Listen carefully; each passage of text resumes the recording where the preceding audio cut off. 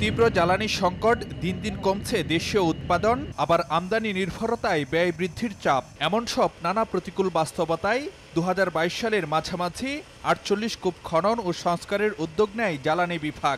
লক্ষ্য ছিল ২০২৫ সালের মধ্যে এসব কূপ থেকে জাতীয় গ্রিডে দৈনিক ৬১৮ মিলিয়ন ঘনফুট গ্যাস যুক্ত করা। কিন্তু এ যেন কাজীর গরু কিতাবেই আছে, গোয়ালে নেই অবস্থা।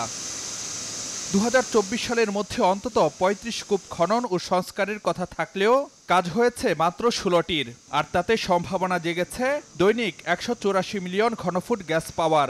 যদিও জাতীয় গ্রিডে এখন পর্যন্ত গ্যাস যুক্ত করা গেছে মাত্র ৭২ মিলিয়ন ঘনফুট হারে। কিন্তু জ্বালানি সংকট সামাল দেওয়ার এই কার্যক্রমে কেন এত ধীর গতি?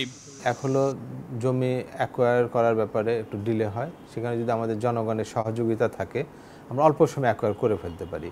২ নম্বর পয়েন্ট হলো, রিগ আছে কিন্তু এর জন্য খননের ক্ষেত্রে অনেক ম্যাটেরিয়ালস প্রয়োজন হয়।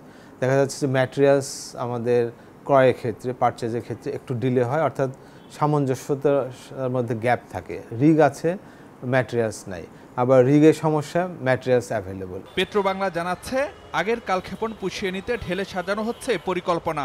চলতি বছরই ৩৪ কূপ খনন ও সংস্কারের মাধ্যমে নির্ধারিত সময়েই লক্ষ্যমাত্রা পূরণ করতে চায় সংস্থাটি।